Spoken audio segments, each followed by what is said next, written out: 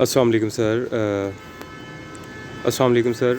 Sir मेरा नाम फ़हीम है और मेरा रोल नंबर MSF 2000249 और मेरा प्रेजेंटेशन का टॉपिक पाउडर एक्सरे डायफ्रैक्शन।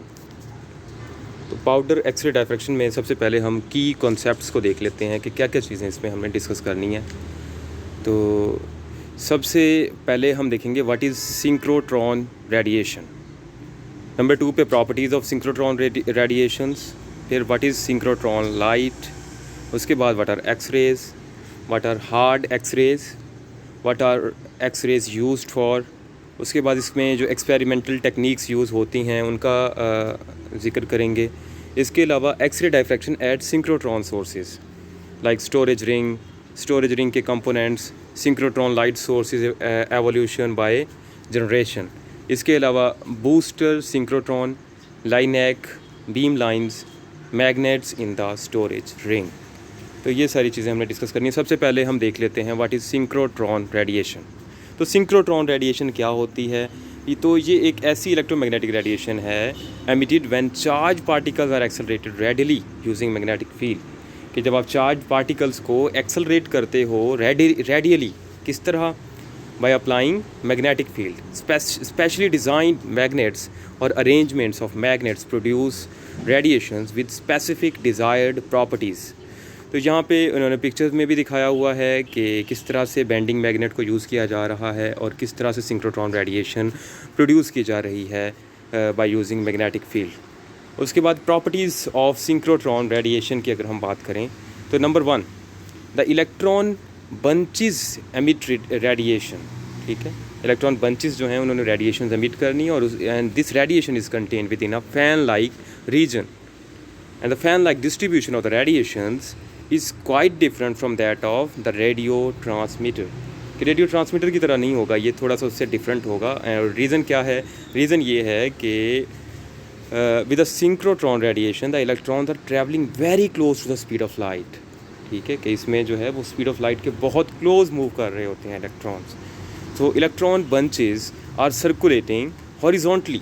ठीक है, यहाँ पे हॉरिजॉन्टली आपको नज़र आ रहे हैं इलेक्ट्रॉन बंचेस जो हैं वो हॉरिजॉन्टली सर्कुलेट कर रहे हैं and there is a continuum of such fans spread out over an arc. ठीक है, एक आर्क की फॉर्म में आपको नज़र आ रहा होगा कि इलेक्ट्रॉन जो हैं वो स्प्रेड आउट हो रहे हैं so that the final fan is wider horizontally than vertically as illustrated above. It is condensed into a small angular fan and thus imparting much greater intensity and collimation than can be obtained from a conventional laboratory source। के conventional laboratory source की बजाय आप इस तरह से इसे कर सकते हैं। उसके बाद but what is this radiation? ये radiation है क्या चीज़ बेसिकली?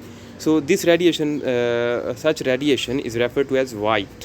ठीक है, its performance is measured by a power spectrum which is plot of radiation intensity versus wavelength। कि wavelength को आप x एक्सिस पे लें, radiation intensity को आप y एक्सिस पे लें, तो वहाँ से आपको हार्ड और सॉफ्ट में आपको थोड़ा सा डिफरेंस नज़र आ जाएगा और इस तरह से आपको ये रेडिएशन जो है इसको आप क्वाइट ईजीली प्लॉट कर सकते हैं।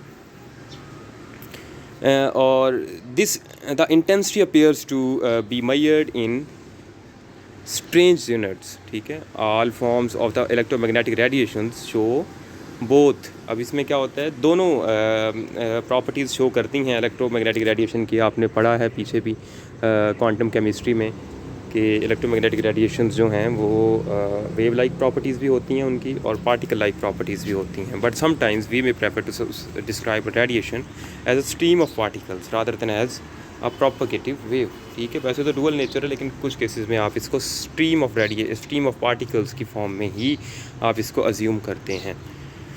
सो रेफर टू द ब्रिलियंस। ठीक है, ब्रिलियंस की अगर हम बात करें तो पर फोटोन 0.1% बैंड विड्थ। ठीक है, पर बैंड विड्थ या मीटर पर रेडियन स्क्वायर या मीटर ये per millimetre square. So whereby the effective size of the electron bunches per millimetre square is also taken into consideration. ठीक है, so जो भी units हों, one should realise that we are invariably talking in terms of numbers like 10⁻12 photons per second. ठीक है, कि आप photons के नंबर के बारे में बात करेंगे कि 10⁻12 फोटॉन्स पर सेकेंड। ठीक है, This can be represent an enormous transmission of energy and a point of some concern with fragile specimen. ठीक है, तो यहाँ पे एक स्कीमेटिक डायग्राम शो हुई है नीचे. Whereas with laboratory sources the X-ray electric vector vibrates in all directions. ठीक है, वो all directions में वाइब्रेट करता है. आप राइट साइड वाली अगर डायग्राम देखें तो उसमें all directions में वाइब्रेट कर रहा है. So this simply is a property of the electron bunches. ठीक है, and the X-rays are produced only as the bunches pass through the dipole magnet. So depending upon the number and the size of the size and the speed of the bunches, each flash typically lasts for 100 picoseconds. ये जो PS लिखा हुआ है that is picoseconds, और इसको ये बार बार repeat होता रहता है 1 to 300 नैनो सेकेंड्स में. ठीक है, और नैनो सेकेंड आपको पता है 10⁻⁻⁹ सेकेंड्स के इक्वल है. तो इसकी 5 मेन फीचर्स सिंक्रोट्रॉन रेडिएशन की क्या हैं. सबसे पहली बात तो ये कि ये इंटेंस है. दूसरी बात ये कि हाईली कॉलीमेटेड है, मतलब इसकी जो डाइवर्जेंस होती है वो मीटर रेडियंस में होती है. इसके अलावा ये स्मूथ कॉन्टीन्यूस स्पेक्ट्रम देती है. इसके अलावा ये हॉरिजॉन्टली पोलराइज्ड है और ये प्रिसाइज फ्लैशिंग टाइम स्ट्रक्चर है इसकी. ठीक है, और so all this features except the last one are regularly exploited as in synchrotron powder diffraction. What is synchrotron light? Synchrotron light और इसके अलावा what are X-rays? So called hard X-rays at wavelength of 0.1 to 0.01 nanometers. ठीक है, ये इनकी wavelength है. इनको हम hard X-rays भी कहते हैं. तो X-rays जो हैं they are the electromagnetic waves like visible light, बिल्कुल उसी तरह के होते हैं but situated at a high energy. Short wavelength, मतलब इनकी वेवलेंथ बहुत शॉर्ट होती है. जब वेवलेंथ शॉर्ट होती है तो अल्टीमेटली एनर्जी इनकी हाई होगी. ठीक है, और कहाँ तक होती है इनकी रेंज? अल्ट्रा वायलेट से गैमा रेज के बीच में इनकी रेंज होती है. एंड द वेवलेंथ जो होती है इनकी that is in comparable to the inter atomic distances which makes x-rays suitable for the study of the atoms and bonds. ठीक है, कि इनकी जो वेवलेंथ है वो इंटर अटोमिक डिस्टेंसेस के साथ कंपेरेबल होती है. यही रीज़न है कि आप एटम्स को स्टडी करने के लिए इन एक्स-रेज़ को यूज़ करते हैं. ठीक है, इसीलिए आप इनको मेडिकल इमेजिंग में भी यूज़ करते हैं. इसीलिए आप एटम्स के दरमियान जो बॉन्डिंग है उसको स्टडी करने के लिए या एटम की स्ट्रक्चर को स्टडी करने के लिए आप इन्हें यूज़ कर सकते हैं. उसके बाद व्हाट आर हार्ड एक्स-रेज़? तो ESRF produces X-rays of high energies. ठीक है, हाई एनर्जी की एक्स-रेज़ प्रोड्यूस करता है ESRF. ठीक है, तो रेंज क्या है 10 to 120 kilo electron volts. Hard X-rays जो हैं उनकी पेनिट्रेशन पावर ज़्यादा होती है. ठीक है, as compare to the software x rays. इसके अलावा synchrotron x ray beam can have other valuable properties including time, structure, coherence and polarisation. ठीक है, x ray absorption can also be followed by reemission of the energy absorb. इसके अलावा interaction with matter की अगर हम बात करें तो they are used to gain information about the composition of a sample. ठीक है, किसी भी सैम्पल की अगर आप कंपोजिशन फाइंड आउट करना चाहते हैं तो सैम्पल के साथ इसे इंटरेक्ट करवाएं सिंपली. तो ये उसके बारे में आपको बहुत इंपॉर्टेंट इन्फॉर्मेशन, स्पेशली उसके अंदर कौन कौन से एटम्स हैं, उनके दरमियान किस टाइप की बॉन्डिंग है, उस सब को स्टडी करने के लिए आपकी हेल्प कर सकता है. उसके बाद यहाँ पे ब्रिलियंस, फोटोन्स, सेकेंड्स पर मिलीमीटर स्क्वायर या मीटर रेडियन स्क्वायर या 0.1%, ये सारी चीज़ें आपको यहाँ पे शो की गई हैं. First generation, second generation, ESRF and ESRF 2014. तो ये सारी डायग्राम आपके सामने है. So x rays used for experimental techniques. ठीक है, what are x rays used for? तो एक्स-रेज किस काम के लिए यूज़ होते हैं? एक्सपेरिमेंटल टेक्निक्स में मोस्टली यूज़ होते हैं. ठीक है, इसके फंडामेंटल पैरामीटर्स क्या हैं? Number 1 energy, momentum, position, time. इन चीज़ों को फाइंड आउट करने के लिए एक्स-रेज़ को यूज़ किया जाता है. तो 3 ब्रॉड कैटेगरीज़ में सिंक्रोट्रॉन एक्सपेरिमेंटल मेजरमेंट टेक्निक्स को हम डिवाइड करते हैं. They are the spectroscopy, scattering and imaging. X ray diffraction at synchrotron sources. तो synchrotron radiation is produced by electrons circulating close to the speed of light. ठीक है, जो electrons speed of light के बहुत क्लोजली सर्कुलेट कर रहे होंगे, उनके लिए सिंक्रोट्रॉन रेडिएशंस को आप अप्लाई करते हैं। इसके अलावा डिफरेंट इक्विपमेंट्स के लिए यूज़ करते हैं आप, such an x-ray source permits the study of much smaller samples, के बहुत सारे सैम्पल्स ऐसे हैं जिनके बारे में हम डायरेक्टली इंफॉर्मेशन कलेक्ट नहीं कर सकते, तो उसके लिए फिर आप सिंक्रोट्रॉन एक्सरे रेडिएशंस यूज़ कर सकते हैं।